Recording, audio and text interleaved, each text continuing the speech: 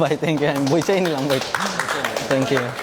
Cramp আমার normally ছোটোবেলার থেকে একটা ইস্যু আছে, বাট আজকে একটু হিউমিডিটি বেশি ছিল, এর জন্য ক্র্যাম্প করতে, বাট এখন আমি ঠিক আছি।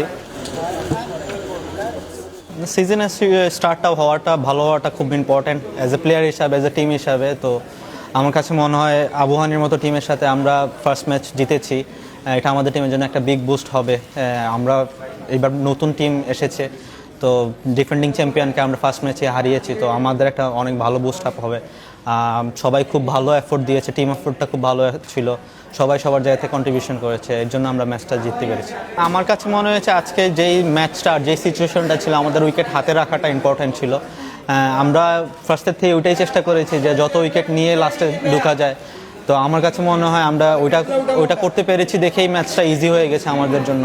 আজকে যদি বলি কন্ডিশন, উইকেট প্রথমেই মাঠ একটু ভিজা ছিল, বাট গ্রাউন্ডসম্যানরা খুব ভালো কাজ করেছে।